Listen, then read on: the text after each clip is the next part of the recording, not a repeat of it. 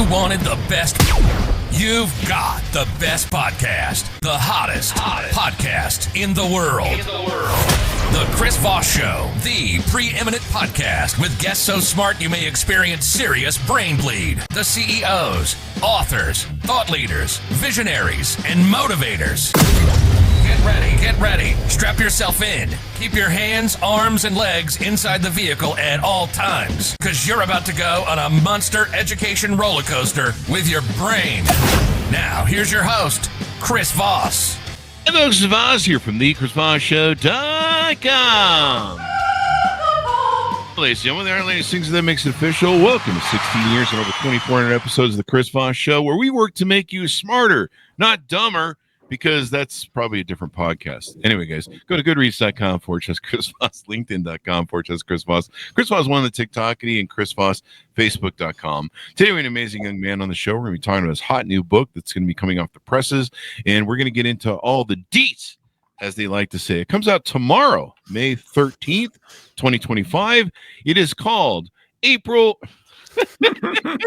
Try again, Chris. Try again. You know, I was doing the date, and for some reason I was like, May, April? We're in May? We're in May. I'm still in April, evidently. That's usually how I roll through the year. His book is entitled Apple in China, The Capture of the World's Greatest Company. Patrick McGee joins us for the show. We're going to get into it with him, and we're going to find out the deets. And boy, we have some authors on the show, and they deliver with a book sometimes that hits the mark on what the news is currently, even though they probably put the book in the can to be edited, I don't know, a year ago or 6 months, maybe. We'll talk to him about it.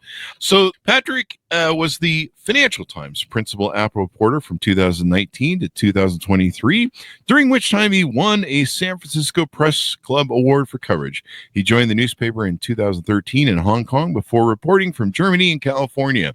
Previously, he was a bond reporter at the Wall Street Journal. He actually helped bail me out of jail one time. No, I'm just kidding. That's a different kind of bonds. He has a master's degree in global diplomacy from SOAS, University of London, and a degree in religious studies from the University of Toronto. He and his family make their home in the Bay Area. Welcome to the show, Patrick. How are you? I'm doing very well. Excited to tell you all about the book and your listeners. What? You have a book? There we go. Let's get into it. So give us your .coms. Where do you want people to find you on the interwebs? appleinchina.com is great. I'm surprised that was not taken. It seems like all the good .coms are taken. So give us a 30,000 overview. What's inside your new book? Most people think China saved Apple to some degree, and my book is really about how Apple built China. So you'd think I'm saying it wrong. I'm not saying it wrong. Apple's influence on China has been extraordinary, and all the more so because it's unheralded. There's just no narrative about this over the last 25 years. But just to give you some of the staggering numbers, since 2008, Apple has trained 28 million workers in China. Okay, bigger than the labor force of California. Wow. In 2015, when it sort of did its own math, its own supply chain study, Apple realized it was investing $55 billion a year in China. That's basically the training of the workers, wages of its workers, machinery that it actually buys and then puts into its suppliers' factories, right? Apple doesn't manufacture anything itself, but it orchestrates a hell of a lot. And it's working with these companies that basically didn't have the money, didn't have the skills, didn't have the expertise. And Apple began, 20 years ago, flying engineers out, really America's best engineers, coming out of Caltech, Stanford, MIT, maybe hired from Dell, Tesla, Motorola, SpaceX, and sending them by the plane load to train, audit, supervise, and just do engineering 101 to train just an amazing workforce in China to such a degree that they are now stuck. And the big nuance that I'm offering here, I don't think it's too contentious to say that Apple is stuck in China, in that there's not another place on the planet where they could build 230 million perfect iPhones every year at the cost and quality level that China allows. But they're not stuck on capabilities they found in China. They're stuck on capabilities they created there. In your mind, they're kind of trapped, or in your thesis, they're kind of trapped in the situation they're in, where they've actually given power to China. Now China kind of holds power over them, and probably in some way through to us as the U.S., I guess. Absolutely. I mean, if you become a world leader in electronics, guess what? You also have the same skill sets for building military weaponry. I mean, think even something like drones, just to make this sort of more obvious point. But I mean, think of something like World War II. Hitler was terrified of America entering the war because of its industrial capacity. Remember Detroit, the arsenal of democracy. We've sort of willingly given that title up to China, and whoops, it became an authoritarian surveillance state. Yeah. And that's interesting because technically we kind of funded. Good job, iPhone people. You funded communists. No, I'm just kidding. You didn't. It was there before. But kind of really, maybe. Let me ask you this, because this is kind of the first question that popped off of what you said. There's this conversation, and actually your book is perfectly timed. Those of you watching the video 5 to 10 years from now on YouTube, like you do, and you leave weird comments because you never look at the date the video was made. But, right now we're in this thrust to this tariff war. In fact, today, as of this morning, they're saying they have tentative 90-day sort of agreement. Yeah, of course, I want to caveat this, that you never can trust what the Trump administration is saying these days. There seems to be a lot of misinformation that's opposite of whatever posted on the White House site. Welcome to fascism, folks. But, the conversation is that we can move manufacturing here and that we should have people investing here. And of course, that alternative conversation is, it's too expensive with regulations. Americans aren't willing to work for pennies on the dollar, although there's still time the way we're going. And but if they invested that money here, would it have made the difference to build that, massive infrastructure we always hear about in China? And now we hear not only those people, it's not so much that anymore those people work cheaply and that they're just a bunch of, low paid workers. They're evidently really highly qualified now. And that cheap product thing has moved to different other countries, and they're saying that they have more people there. So would that money have been better spent, invested, and could it have worked here in America? So I am bearish that any of this could really be happening in the US. And frankly, the best evidence would be that Apple, for political reasons, following the Romney versus Obama debates in 2012, decided for political reasons to build what ended up being called the trash can Mac, so the Mac Pro in Texas. And it was basically a fiasco. I mean, I spoke to multiple engineers on that project, and they called it the most difficult project they ever worked on. Wow. One person actually says Tim, as in Tim Cook, hated it. And that was a struggle to build 500 or 600 units a day. Apple builds 1 million iPhones a day in peak season. So if you're struggling to build 500, you are not going to build 1 million. Yeah. And think about those iPhones. Each iPhone has 1,000 components inside. So if you're doing 1 million of them, that means you are doing the manufacturing, logistics, the orchestration of 1 billion parts per day. That is never coming to America. That's the thing that people don't get. It's not just the quality. It's not just that we don't have the population density. Like, it's the quantity that we could just never achieve. So I'm pro friend shoring, meaning maybe this could take place in India if there are substantial investments and a vast acceleration on Apple's part and the part of its suppliers. Maybe it could take place in Mexico just because there's more of a sort of manufacturing push there, but that's not really what we do anymore. And it's not just about building a factory, right? People always think, why don't you just put a Foxconn factory in another country? Because Foxconn is surrounded by an industrial cluster 2-3 decades in the making, where they're doing everything from, raw material refinement and plastic injection molding. I mean, so many things. And there are factory towns in China. Yeah. I shouldn't call them factory towns. They're like factory towns. There are factories where there are more workers than people that live in Boston, right? I mean, we are not going to compete with this anytime soon, but maybe an allied country like India could. Do you think that the tariffs that it looks like they've been put on some sort of 90-day hold and semi-reduced, and assuming, what we're hearing is true, do you think is the tariff situation a way to fix this? What are you seeing with what's currently going on? It's certainly not helping America, because Apple knows how difficult it is to build things in America from experience. So it's not going to do it. I mean, and just to be clear, Apple's history from 1976 to about 1996 and even into 2003, they were building things in America. I mean, they know what it takes. They know what the country lacks and so forth. Obviously, never at the scale that they are at now. They were quite a small company at those stage.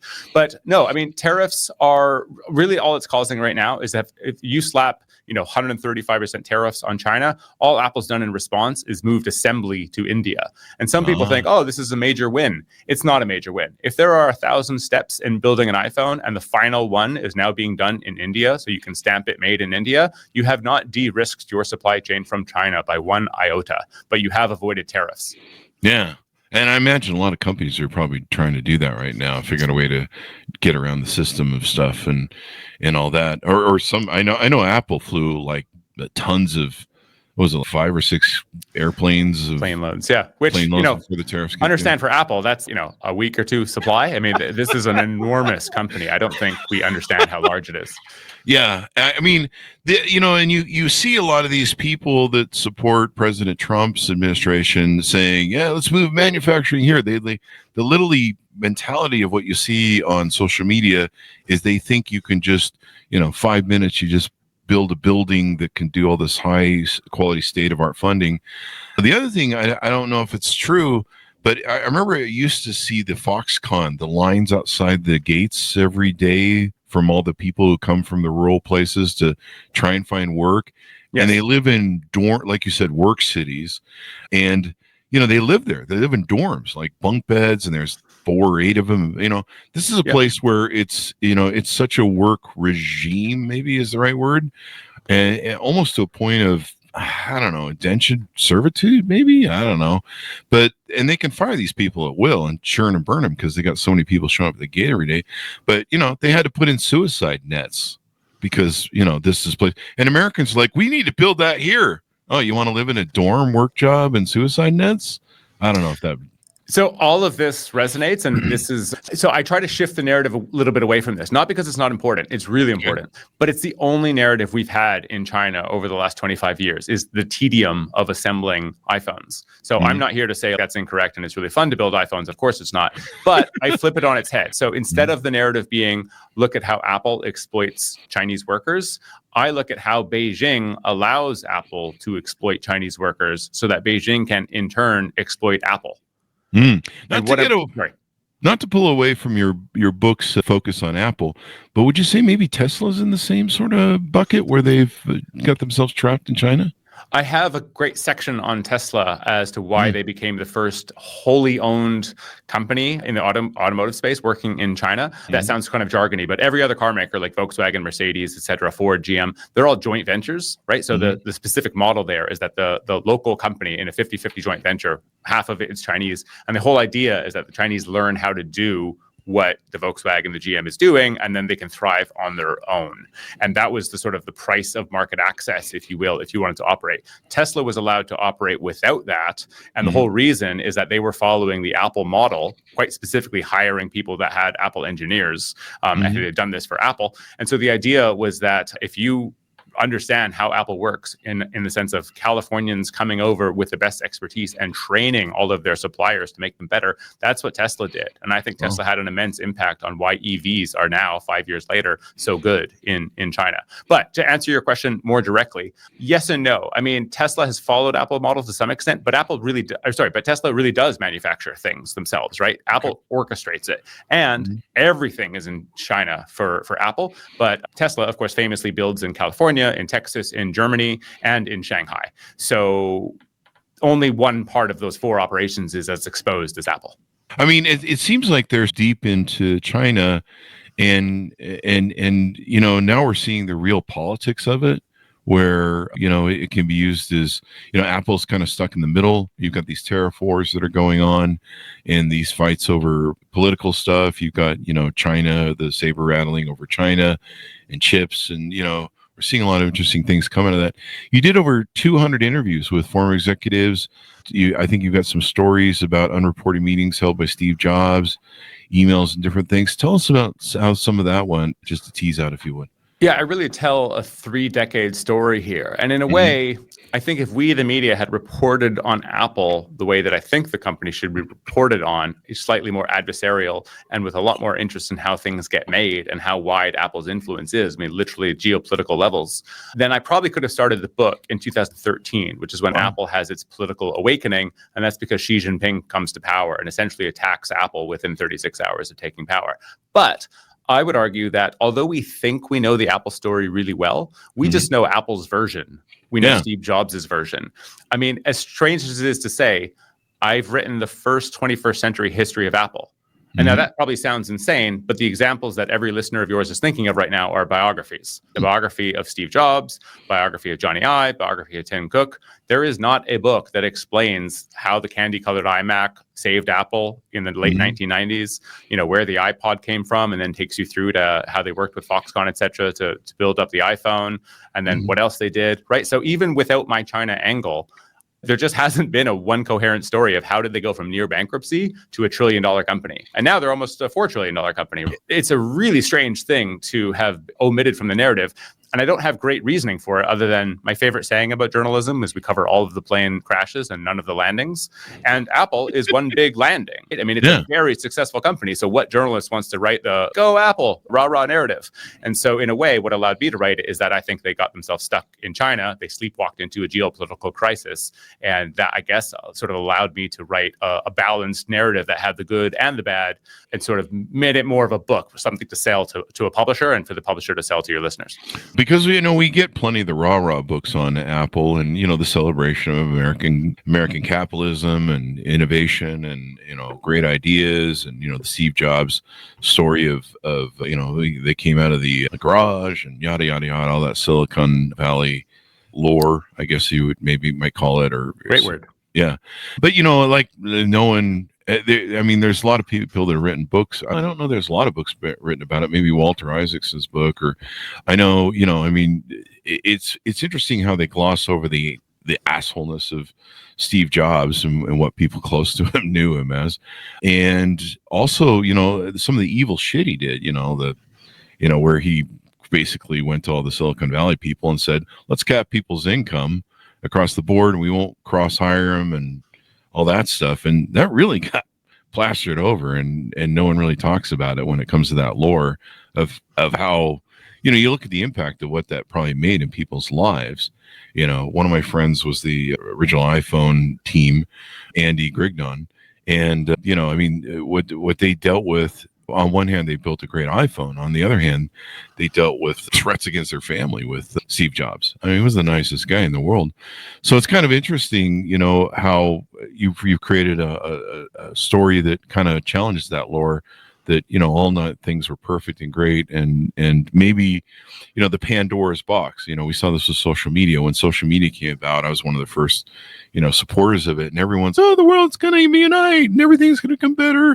We saw the Arab Spring. We're like, the world's becoming one. We're all singing John Lennon's song Imagine. And now it's, we found the evil part of the Pandora's box. You've got narcissism rising, insanity rising, death of, expertise and journalists, because, any idiot with a mic can start a podcast and start making his own opinions. Wait, what? Anyway, I don't know if you're welcome to reply on some thoughts you have on there. And I'm also curious about the Mormon missionary story that you have. Oh, the Mormon missionary is one of my favorite characters, and it's a great segue just because I agree with you that there was a delay in covering some of the things you mentioned there, but of course it because it did eventually get covered. Whereas I feel like every story I was telling in this 400-page book was essentially novel. There are a few parts where I have to explain to the reader what the iPod was, just so they understand, and in case they don't. But aside from a little bit of hand-holding there, we're talking about stories about the first iPhone contract being signed on Terry Guo's yacht, the founder of Foxconn. We're talking about iMacs being made in the Czech Republic, in Mexico, iPods being made in Taiwan before they went to China, how Foxconn won a deal by building a replica, unbidden, and convincing Apple that they could do the bidding for the next iPod. We're talking about the first major profile of Isabel Mahi. She is an executive that very few, if any of your listeners have ever heard of. She's been the head of Greater China since 2000. 2017. Why don't we have profiles of this person? I have an in-depth profile of someone named Jackie Haynes. She worked with Tim Cook for 3 decades and tried to lead supplier responsibility to improve all the conditions in the factories that we're talking about. And it's basically a tragic story because she's unable to accomplish what she wants to accomplish because China is in this like hardening stage where they're making it difficult for Apple to meet with civil society groups. And it's made even more difficult by the operational demanding culture of Apple. So I'm just trying to give you a sense of like how much new stuff there is. This isn't just a story about, Steve Jobs isn't a very nice guy, but boy, is he brilliant. I really go in a different narrative. So the Mormon missionary, just to give one example, my God, this is a fascinating story. Apple builds its first Apple store in 2008 solely for the Beijing Olympics. Nobody expects it's going to make any money. They don't see the Chinese, which is a poor developing country at the time, as buying quite expensive phones. And yet by 2010, it just goes absolutely gangbusters, where the iPhone becomes the iconic, conspicuous status symbol for a country just coming into a capitalist experimentation world. And so there are so many people that want iPhones that these gangsters known as the yellow cows in China take control of the distribution within China so that they're amassing iPhones literally by the thousands, the tens of thousands, and they're paying migrants to stand in line. Okay, so thousands of them outside the Apple store. Each individual Apple store, there's only 4 at the time, is selling about 25,000 iPhones a day. And these gangsters are going to a city that doesn't have the Apple store. Okay, so think of a city like Chongqing, population 32 million, and they become the monopolist sole distributor of the world's most iconic product. And they're basically finding ways, legal and illegal, to sell the phones at hawked up prices, and they're making more money per iPhone than Apple. So there's this crazy narrative, and it gets to the point where they're having factory connections and they are basically tampering with the insides of the phone. They're taking the expensive bits like memory and selling those on, and then they're tricking Apple by returning them to Apple in such a sophisticated way that it takes Apple about 5 years to figure out which phones are tampered with and which aren't. And so there's this incredibly lucrative trade because the number of phones sold in China, iPhones, goes from hundreds of thousands in 2009 to more than 20 million by 2012. And these gangsters are just making an absolute killing. And it leads to what I call the political awakening, where Apple realizes by 2013, we are in way over our heads here. We are wildly successful, and yet we don't understand this country. We don't understand the politics at all. Wow. And of course, the Mormon missionary, is just the guy sort of like, in the driver's seat handling this. He's got street smarts. He speaks Mandarin, but he's sort of unable to communicate, what's going on to Cupertino, who just doesn't understand it. Mm-hmm. Wow. And he set up the first iPhone store, was tasked with it, China? Mm-hmm. Yes. Or Apple store, I should correct that. That's extraordinary. No one has talked about this. And so you've crazy narrative. And he's a super fascinating guy. I mean, he would do things like his brother would be visiting and they'd pull up at a stoplight and there'd be a policeman right beside them.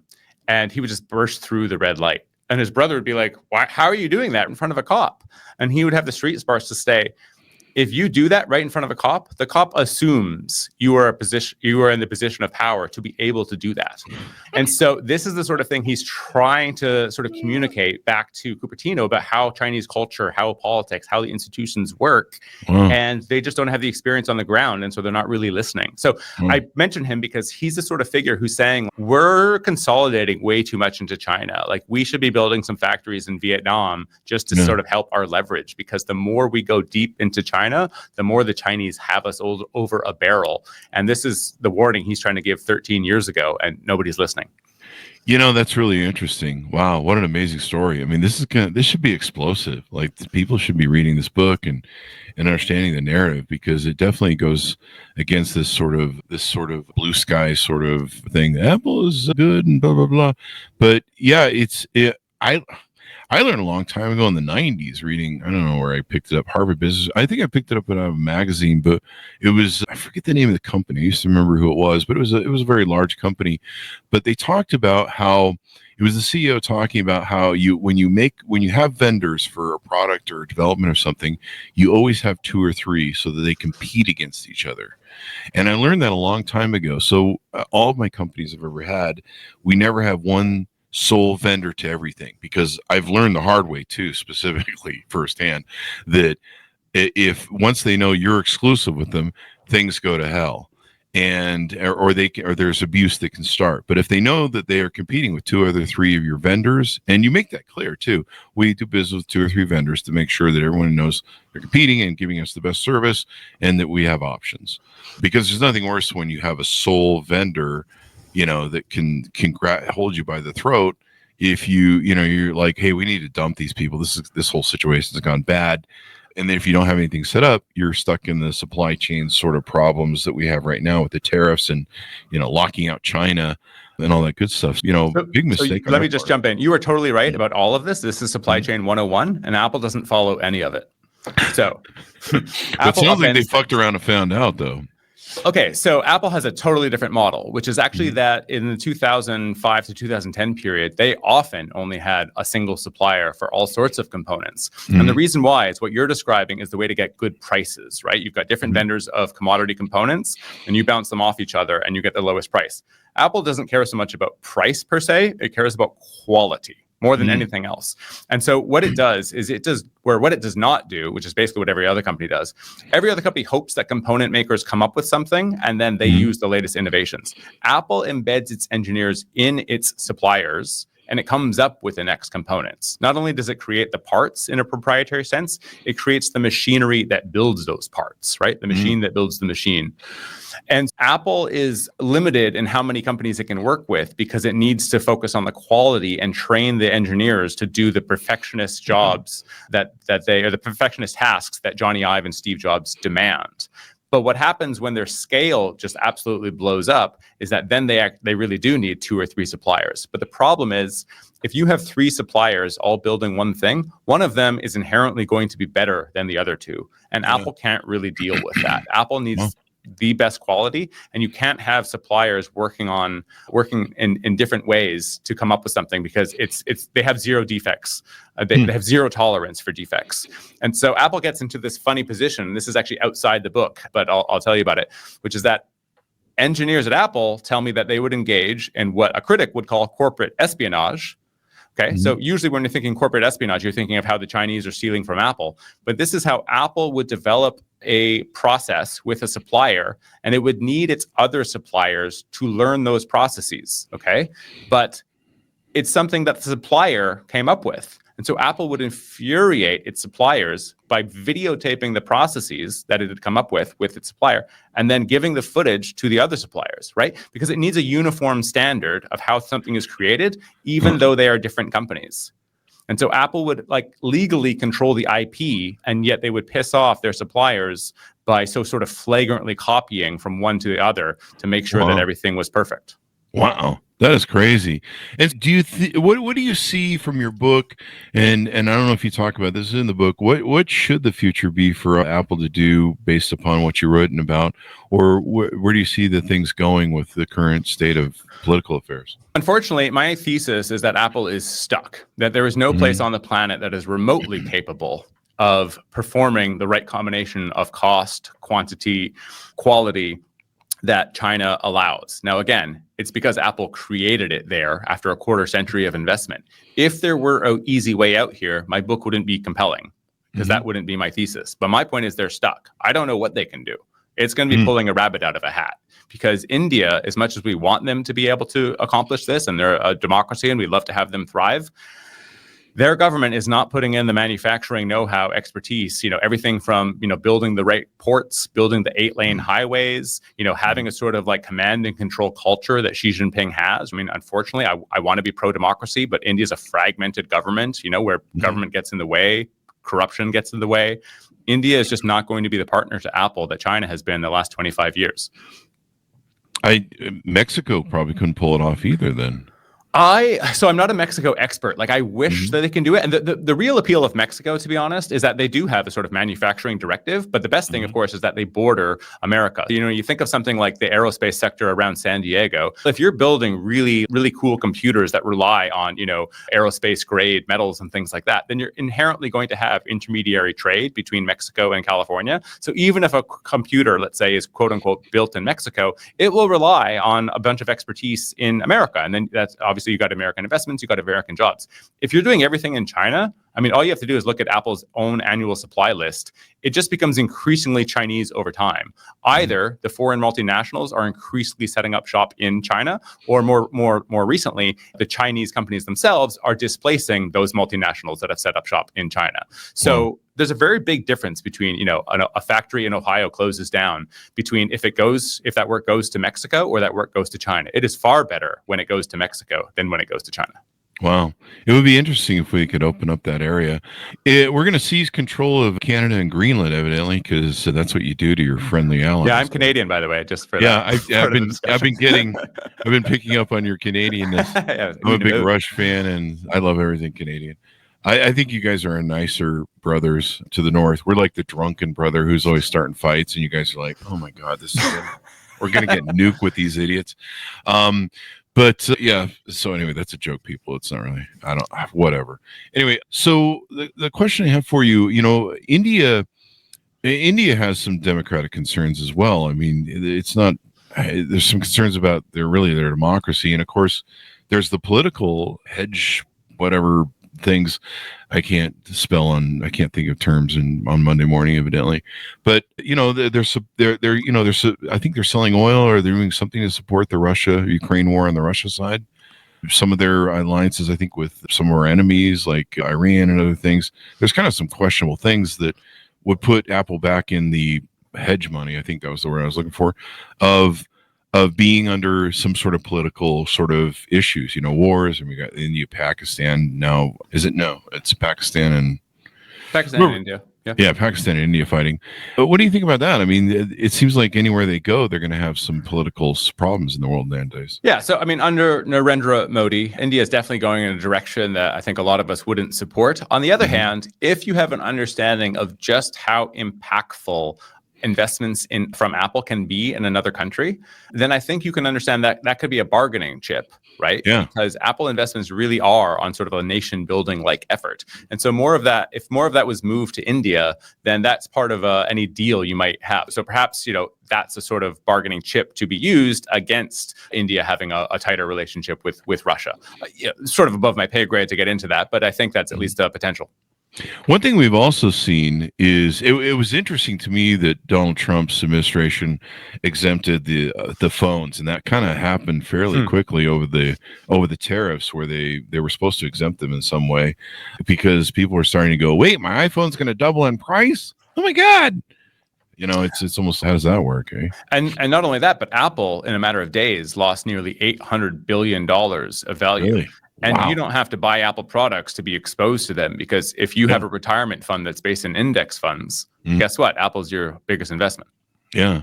The other question I have for you is, did you get any, I'm sure you reached out to the Apple Corporation and Tim Cook. Did you get any answers back? So I did not. I reported on Apple for 4 years. So I know, many of their PR people by name. Yeah. But when you're reporting for a newspaper, you give Apple 48 hours, maybe 72 hours to respond to something.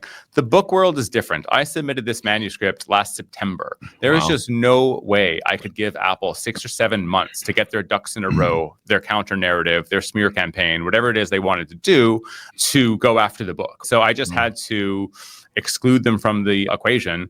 And the thing is, you don't get anything from working with Apple's PR department. And I mean, they're not incompetent, but they are deliberately hostile. They're deliberately useless, let's say. Yeah.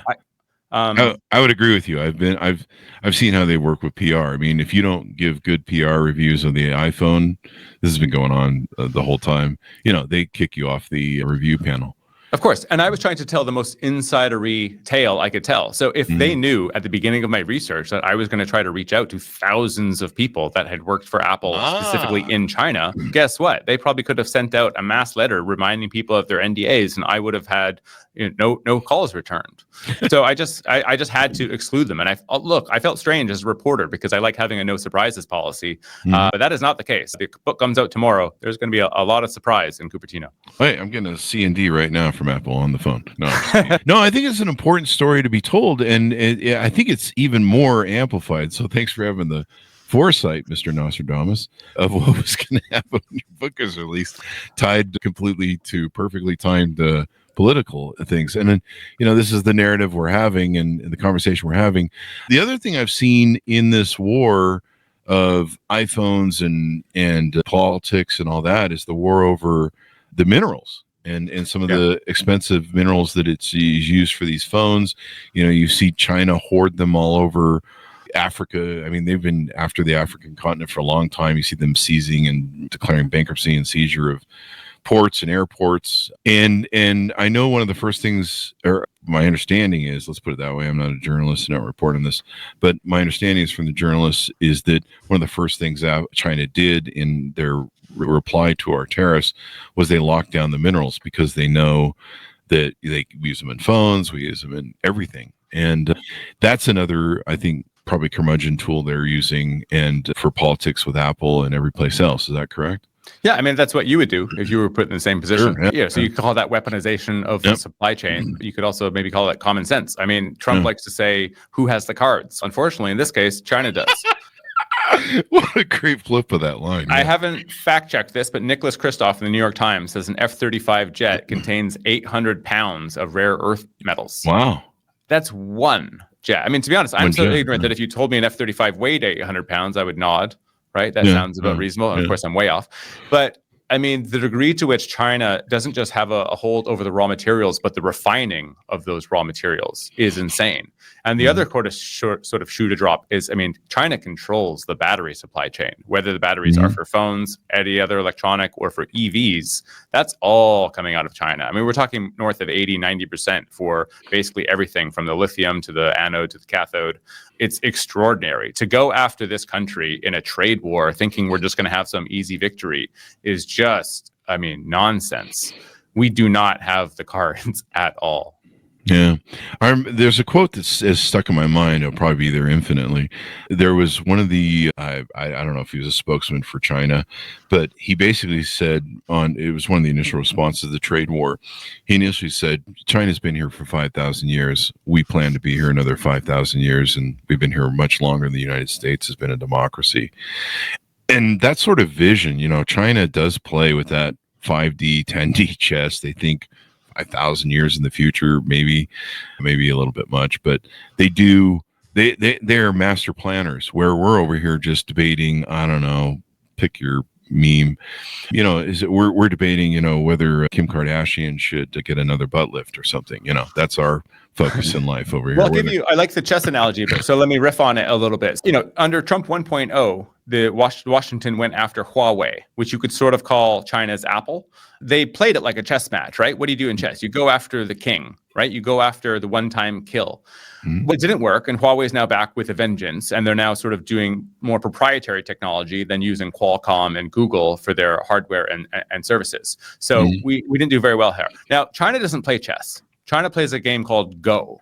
And in Go, you encircle your enemy. There is no point in which the game is over. There's no equivalent of checkmate. The enemy just has to concede that there's no more move for them to play.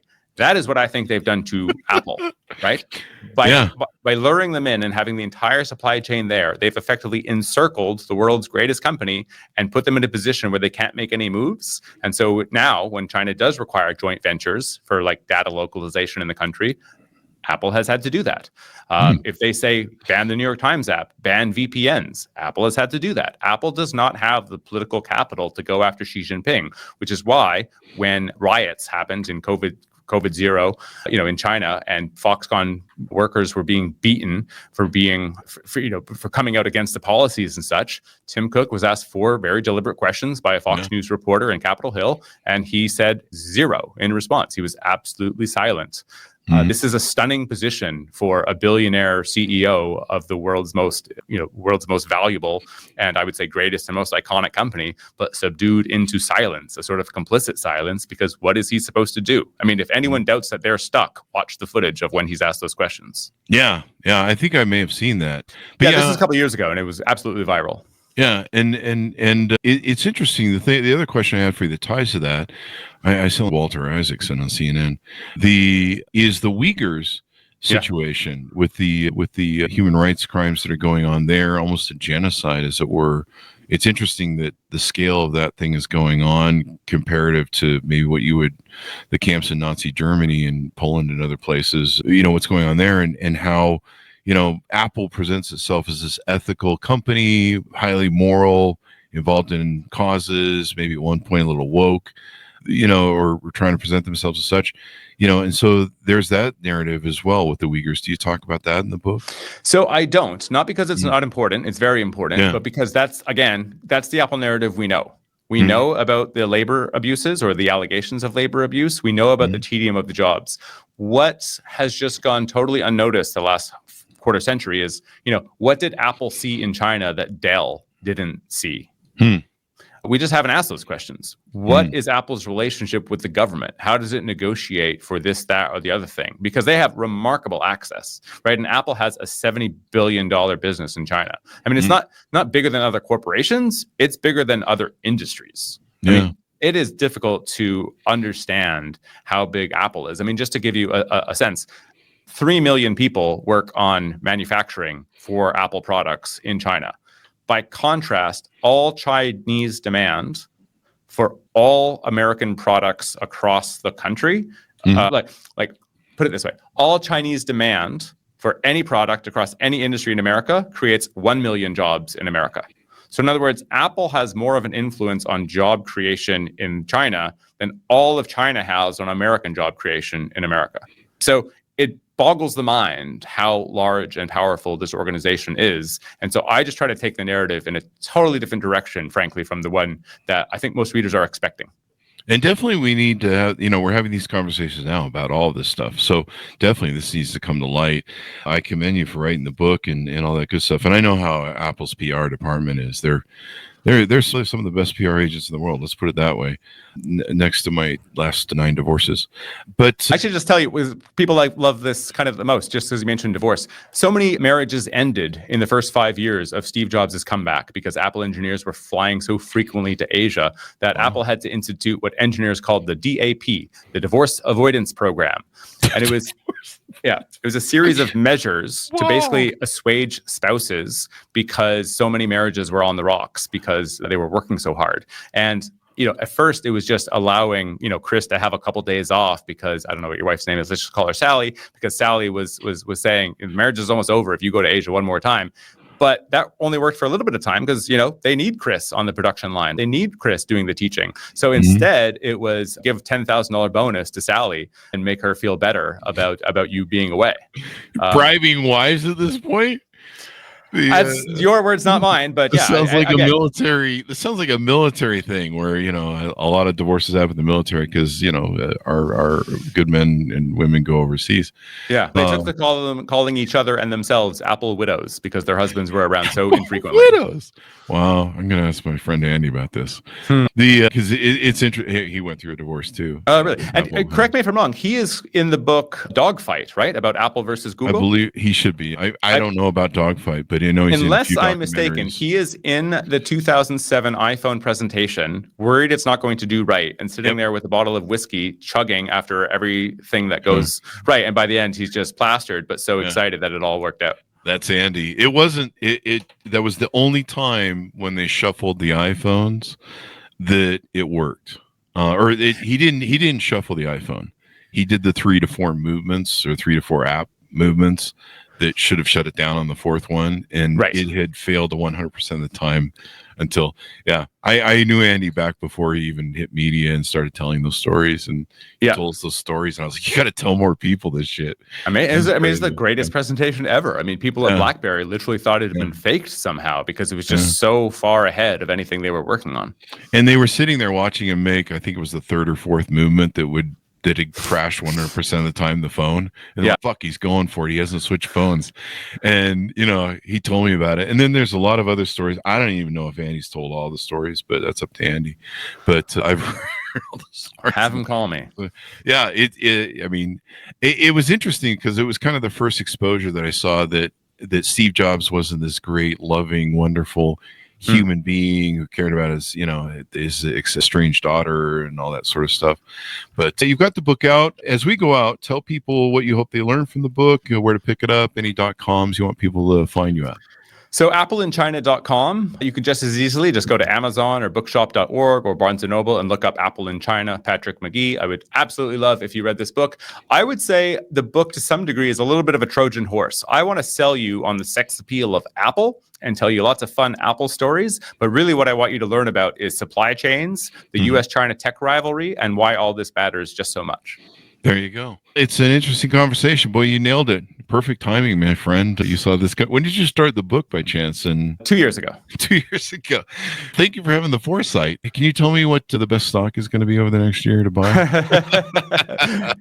If you saw my portfolio picks over the last 10 years, you would not ask the question. You might take the reverse of anything I were to say. Yeah, mine was Journalists investing have a terrible in track record. Mine was investing in 8 marriages. We changed it's a callback joke on the show. We call it, change the number every time. So anyway, thank you very much, Patrick, for coming on the show. Very insightful, perfect timing, and something everyone should read because it's top of mind in our conversations news today. Thank you very much for coming on. Appreciate it, Chris. Thanks so much. Thank you. And thanks very much for tuning in. Go to order up the book wherever fine books are sold. Apple in China, the capture of the world's greatest company, out May 13th, 2025. Thanks for tuning in. Be good to each other. Stay safe. We'll see you guys next time. That should have us out. Great show, man.